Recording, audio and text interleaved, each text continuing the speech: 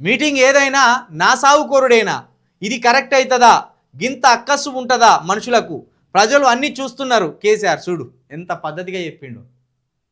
ఇప్పుడు రేవంత్ రెడ్డి గారి లెక్క రేయ్ ఒరేయ్ మీ లాగులు ఊడిపోవాలి, మీ డ్రాయర్లు గుంజి పారేస్తాం, మిమ్మల్ని బొందలేసి తొక్కుతాం, లాగులలో తొండలు ఇడిచిపెడతాం. ఈ డైలాగులు ఏం కొట్టలే. పద్ధతి ఏమన్నాడు, ఏమంటారు, సందర్భం ఏదైనా సావు డప్పేనారా అంటారు చూడు.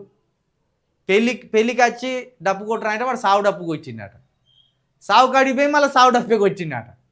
మన రేవంత్ రెడ్డి గారి పరిస్థితి కూడా గట్టనే ఉంటుంది.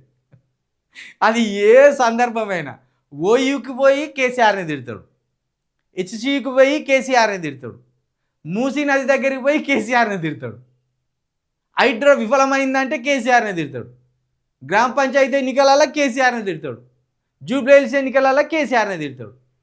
ప్రెస్ మీట్ ఏదైనా కేసీఆర్ని తిట్టడం రేవంత్ రెడ్డి గారికి ఒక ఆనవాయితీగా మారిపోయింది. ఇక అది మరి అక్కస్ కాకపోతే ఏమనుకోవాలి. కేసీఆర్ గారేమో ఫామ్ హౌజులు ఉన్నాడు, ఏమంటాడు, ఫామ్ హౌజులు ఉన్నాడు, ఫామ్ హౌజులనే కథమైపోతాడు. ఇదే అనే ముఖ్యమంత్రి మాట్లాడే మాటలు. ఒక రాష్ట్ర సాధనలో అగ్రగణ్యుడు ఇంకో 10 కాలాల పాటు బతికుండాలి, ఆయన బతికుంటే తెలంగాణ ప్రజలకు మరింత మంచి జరుగుతుంది, అనుభవం గల్లోడు, తెలంగాణ సాధనను ముఖ్యమైన పాత్ర పోషించినోడు అనుకోవాలి. కానీ అయిపోయింది ఇక ఫామ్ హౌజులు ఉన్నాడు, ఫామ్ హౌజులనే సమాధి అవుతాడు. ఈ మాటలు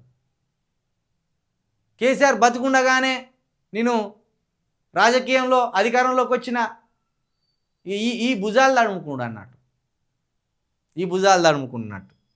ఇప్పుడు అయిపోయా మొత్తం ఒక్క దెబ్బతోటి చిగ్గు తీసే. ఎవడైనా నా సాగు కోరుకుంటారు రబ్బాయి అని ఎంత మంచిగా చెప్పిండు.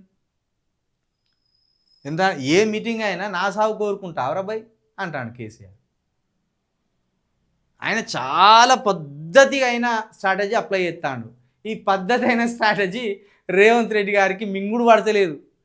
ఏదో వచ్చి తిడుతాడు అనుకుంటే, నా మీద ఏదో వచ్చి దుమ్మెత్తిపోతాడు అనుకుంటే, నా పేరు తీయకుండా నేను తిట్టిన తిట్లను గుర్తు చేసి నన్ను ఇన్సల్ట్ చేసే కార్యక్రమం చేస్తాను అనేది ఇప్పుడు రేవంత్ రెడ్డికి మింగుడు పడతలేదు. కేసీఆర్ వ్యూహం అంతా రేవంత్ రెడ్డికి